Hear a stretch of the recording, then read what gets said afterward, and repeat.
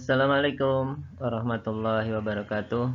Salam semangat buat kalian yang sedang persiapan menghadapi UTBK SBMPTN 2022. Bersama dengan Kak Ridwan, kali ini kita akan membahas 5 soal-soal masuk PTN di bab teori kinetik gas. Yuk, langsung aja kita ke soalnya. Soal pertama ini ada soal UTBK tahun 2019. Sejumlah gas nitrogen mengalami proses akuasi statik dari keadaan A ke keadaan B, kemudian ke keadaan C, dan kembali ke keadaan A seperti ditunjukkan gambar. Anggaplah gas argon itu adalah gas ideal.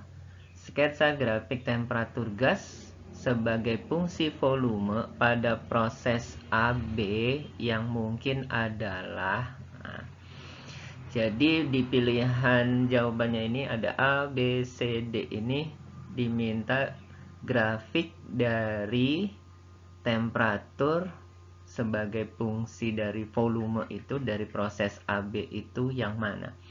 Jadi ini gambarnya agak kecil ya. Jadi sebetulnya ini gambarnya hubungan antara V sama T nih. Ini hubungan antara V sama T. Nah, gitu ya. Ini V, ini T gitu. Yang diminta itu grafik temperatur sebagai fungsi volume yang mana? Oke, pertama kita jelaskan dulu apa itu proses akuasi statik.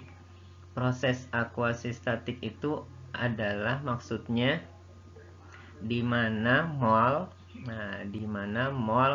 atau simbolnya N itu kita anggap tetap ya.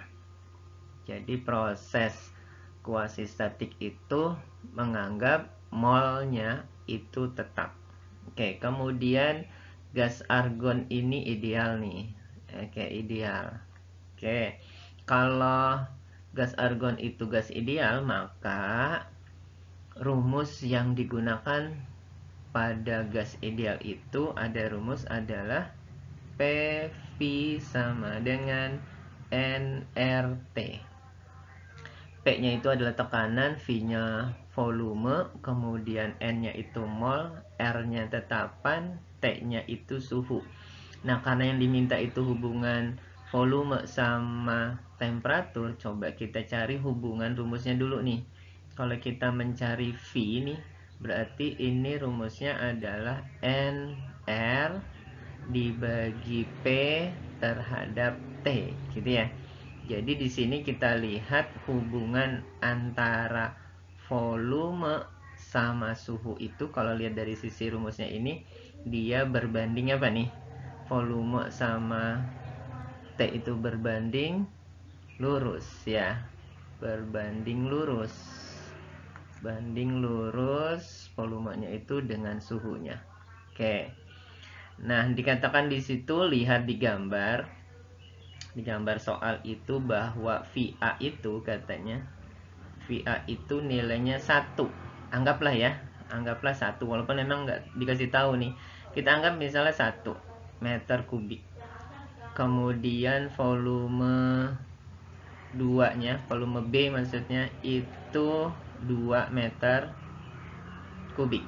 Misalnya gitu ya. Kemudian ini TA-nya, suhu di A itu dia 1. Kita anggap 1. Kemudian ini kita dapat lagi sekarang PA-nya. PA-nya itu 1 Pascal. Kemudian PB-nya itu 2 Pascal. Oke. Jadi maksud kakak gini. Jadi kalau VA-nya 1, kemudian N-nya kan konstan ya. N-nya konstan atau molnya itu tetap. Maka kalau VA-nya 1, kemudian P-nya 1, maka TA-nya 1 nih. Kita masukin ke rumus ini maksudnya. Kita masukin ke rumus ini. Jadi kalau P-nya 1, kemudian V-nya 1, maka T-nya 1. Gimana hubungan dengan VB-nya? VB itu berarti TB-nya berapa? Kalau misalnya PB-nya 2, volumenya 2, kemudian tekanannya 2, maka TB-nya berapa? TB-nya itu 4 ya. Kita masukin di sini ya maksudnya. Gitu. Jadi kalau kita masukin PA-nya berapa, P-nya berapa, dapat T-nya berapa. Kemudian kalau VB-nya berapa, PB-nya berapa, TB-nya berapa. Kita dapat jadinya yang ini. Oke, coba sekarang kita masukin ke rumusnya ini. Rumusnya berarti hubungan VA dibagi VB sama dengan, berarti ini PB. Nah, terbalik ya. Kalau lihat di sini volume sama tekanan itu berbanding terbalik. Berarti sini PB per PA dikali dengan TA per TB. Oke. Sekarang kita coba masukin. Kita masukin berarti VA-nya kan 1.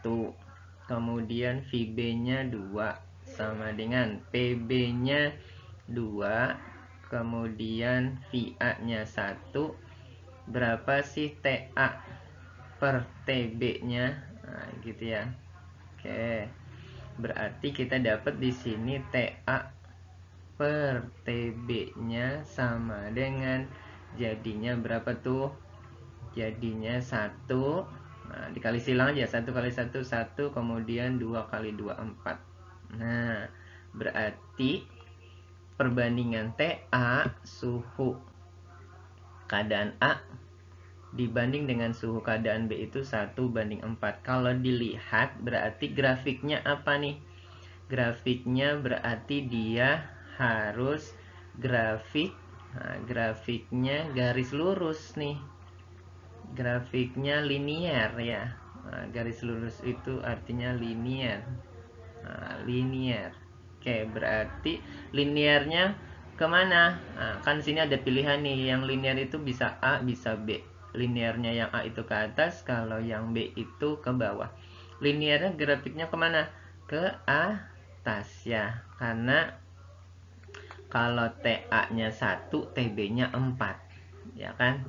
TA-nya 1, TB-nya 4, berarti dia ke atas. Oke, jadi jawaban nomor 1 ini pilihannya yang A ya. Oke, kita dapat nomor 1 yang A. Oke, kita lanjut ke nomor 2. Di nomor 2 ini ada soal SBMPTN tahun 2018.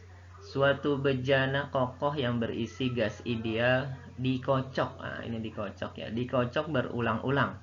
Manakah pernyataan yang benar tentang keadaan gas tersebut setelah dikocok? Oke. Nah, untuk memahami proses ini di gas ideal, kita ada rumus nih. Kalian ingetin lagi rumus di gas ideal itu, salah satunya ada rumus ini.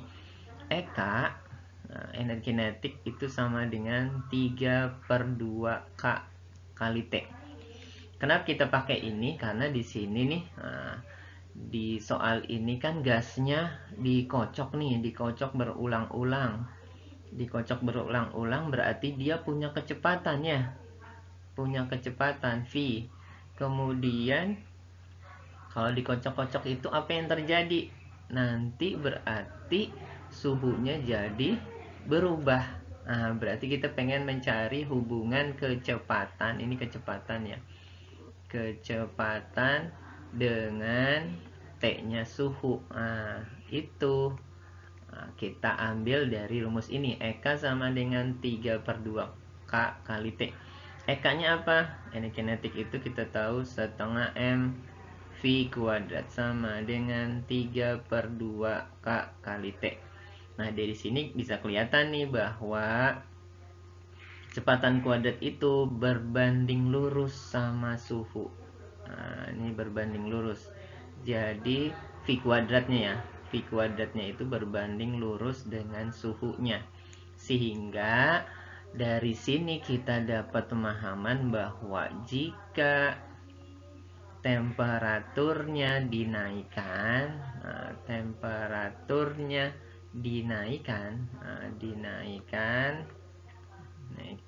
maka gitu ya, maka akan terjadi apa? Akan terjadi penambahan kelajuan atau kecepatan dari molekul gasnya tadi. Kita bisa bayangin ya. Jadi kalau suhunya dinaikin jadi tambah panas, berarti gerak dari molekul gasnya tambah kencang. Gitu ya, tambah kencang. Atau sebaliknya kita melihat kenapa molekul gasnya bergerak tambah kencang? Karena suhunya dinaikkan. Jadi ada hubungan berbanding lurus nih tadi. V kuadrat berbanding lurus dengan suhunya. Jadi kalau kita lihat di sini jawabannya yang mana yang lebih tepat? Jawaban yang lebih tepat jadinya kalau sambil kita pahami rumusnya, artifis rumusnya itu, jadi jawabannya yang E nih. Temperatur gas bertambah itu akan sebanding dengan penambahan kelajuan molekul gas. Jadi nomor 2 ini kita tahu dari arti fisis rumus EK sama dengan 3/2 K kali T itu ada hubungan berbanding lurus V kuadrat dengan T. Oke, jadi jawabannya nomor 2 ini yang E ya. Kita lanjut ke nomor 3. Di nomor 3 ini ada soal SBMPTN tahun 2016. Gas argon dianggap sebagai gas ideal. Gas itu mula-mula mempunyai energi dalamnya EI dan temperaturnya T1. Gas tersebut mengalami proses dengan melakukan usaha, kemudian melepaskan energi senilai Q, dan keadaan akhir energi dalamnya jadinya EF serta temperaturnya TF katanya. Pertanyaannya, besarnya perubahan energi tersebut digambarkan seperti gambar berikut.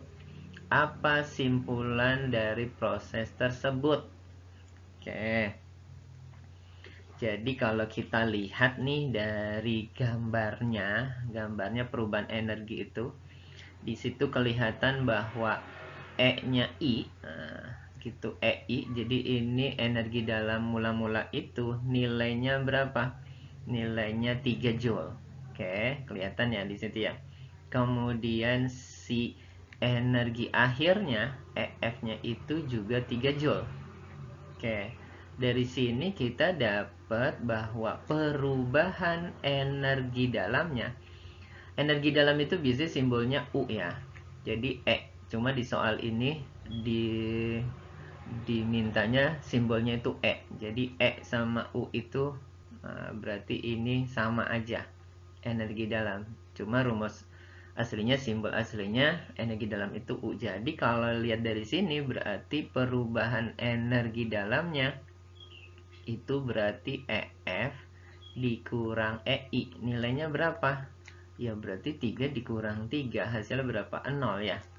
0. Kemudian kita tahu dari rumus energi dalam dari gas ideal itu delta U sama dengan 3/2 NR delta T atau NRT gitu ya. Nah ini katanya delta U nya tadi 0 sama dengan ini 3/2 NR delta T. Nah dari sini kita tahu jadinya berarti perubahan suhunya berapa tuh. Jadi kalau hasilnya 0 berarti delta T nya juga pasti 0. Nah simpulan apa nih yang kita bisa ambil? Berarti karena perubahan suhunya 0, maka tidak terjadi perubahan apa? Perubahan suhu, ya kan? Perubahan suhu, atau yang disebutnya prosesnya apa? Proses isotermis atau isotermik.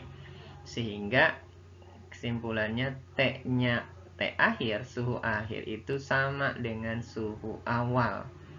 Jadi jawabannya yang mana? Kalau suhu akhir sama suhu awalnya sama, berarti dia jawabannya yang D ya. Karena dia isotermis, tidak terjadi perubahan suhu. Tidak terjadi perubahan suhu, namanya isotermis, suhunya sama. Oke. Jadi kita dapat nomor 3 itu jawabannya yang D. Oke, kita lanjut ke nomor 4. Di nomor 4 ini ada soal SNMPTN tahun 2010. Tekanan suatu gas ideal dalam suatu tabung dilipat dua kalikan dengan volume dipertahankan tetap. Oke, berarti volumenya tetap, namanya apa? Isohoris ya, isohoris atau isohorik. Jika gas dianggap bersifat ideal, maka pertanyaannya perbandingan kelajuan RMS pada keadaan awal dan keadaan akhir berapa perbandingannya? Nah, kita ingetin dulu rumusnya. Rumus PRMS itu rumusnya adalah akar dari 3 kali P dibagi rho. P-nya itu tekanan gitu ya. P-nya itu tekanan, kemudian rho-nya itu massa jenis. Oke. Nah, di soal itu dikatakan tadi P2-nya itu adalah 2 kali yang pertama. Ini soalnya. Nah, sekarang dari sini kita bisa lihat nih hubungan rumusnya, bahwa hubungan antara VRMS dengan tekanan itu adalah berbanding lurus akar P. Nah, gitu ya. Sekarang udah kita masukin deh, kita bandingkan nih. Berarti kalau ini VRMS yang pertama dibanding dengan VRMS yang kedua, itu sama dengan akar dari P1 dibagi P2. P1-nya adalah P, gitu ya. Kemudian P2-nya itu, ini P1, ini 2P1. Berarti P1-nya kita bisa coret, maka hasilnya adalah 1 per akar 2. Jadi jawabannya yang mana? Jawabannya yang C. Oke, sip. Kita lanjut ke nomor 5. Di nomor 5 ini ada soal SNMPTN tahun 2010. Suhu gas nitrogen pada saat kelajuan RMS-nya atau root mean square sama dengan V1 adalah 300 Kelvin. Oke, 300 Kelvin. Jika kelajuan RMS gas nitrogen diperbesar menjadi 2 kali V1, maka suhu gas nitrogen tersebut menjadi berapa? Oke. Awalnya dia punya V1, kemudian suhunya T1-nya itu 300 derajat Kelvin. Kemudian V2-nya itu katanya harus dimintanya 2 kalinya. Yang ditanya suhu keduanya berapa? Nah, gimana ngitungnya? Nah, jangan lupa kita masukin lagi, kita ingetin lagi rumus tadi VRMS-nya ya. Kita cari hubungan antara kelajuan dengan suhu. Dari mana rumusnya? Rumus yang ini tadi lagi ya. K sama dengan 3/2 K kali T. Nah, dari sini ini kita uraikan lagi, setengah M V kuadrat sama dengan 3/2 K kali T. Sehingga di sini kita tulis V kuadrat itu berbanding lurus sama suhunya. Nah, sekarang kalau mencari V. Mencari V di sini. V itu berarti berbanding lurus sama siapa? Akarnya T ya. Oke, sekarang kita masukin nih. VRMS1 kita bandingkan dengan VRMS2. Berarti ini sama dengan akar dari T1 dibagi T2. Oke, yang ini katanya VRMS1 itu V1, kemudian VRMS2 itu 2V1, sama dengan T1-nya berapa? 300. Yang ditanya itu T2-nya. Oke, ini V1-nya kita bisa coret. Kita coret, ini jadinya dapatnya setengah. Ini akar dari 300 per T2. Oke, akar di sebelah kanan pindah ke kiri, jadi dia kuadrat ya. Setengah dikuadrat sama dengan ini 300 per T2. Setengah dikuadrat itu 1/4 sama dengan 300 per T2.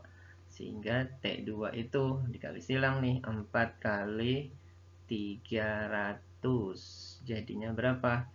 1200 derajat Kelvin. Kita dapatnya jadinya yang D ya.